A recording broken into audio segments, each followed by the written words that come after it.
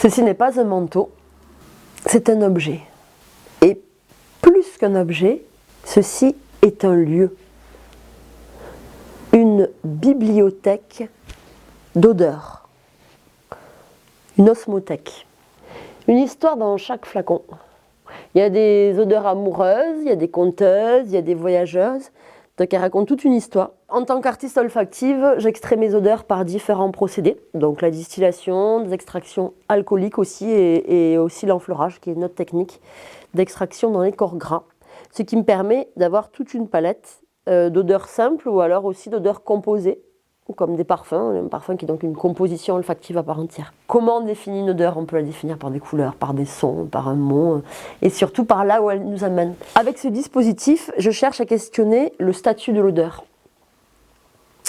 L'odeur, c'est le sens de l'intime, et en même temps, l'odeur, ça peut être aussi vécu comme quelque chose qui nous assaille, comme quelque chose qui est intrusif. Une odeur, c'est aussi intrusif. Il y a des expressions qui sont vraiment intéressantes et qui parlent de ça. Je ne peux pas te sentir, je peux le flairer, je ne peux pas la flairer. À vue de nez, c'est relié à l'intuition et c'est ça qui est vraiment intéressant pour moi avec les odeurs. Après, les odeurs, c'est comme des livres, ça raconte des histoires. Une odeur comme un lieu, une odeur comme un paysage, une odeur personnage, une odeur tension dramatique. Et là, justement, c'est ça, c'est que le public, il est vraiment invité à aller développer sa curiosité, à aller ouvrir, à aller sentir.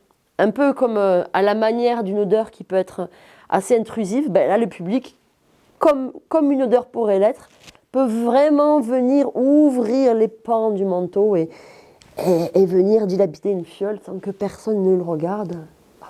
C'est ça qui m'intéresse aussi. Les voyages sont infinis avec les senteurs. Des histoires drôles, des odeurs nauséabondes, des scènes de crime olfactif, des scènes d'amour en odeur,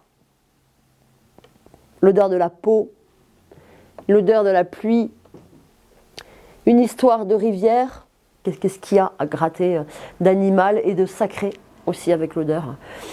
Voilà ce qui m'interpelle.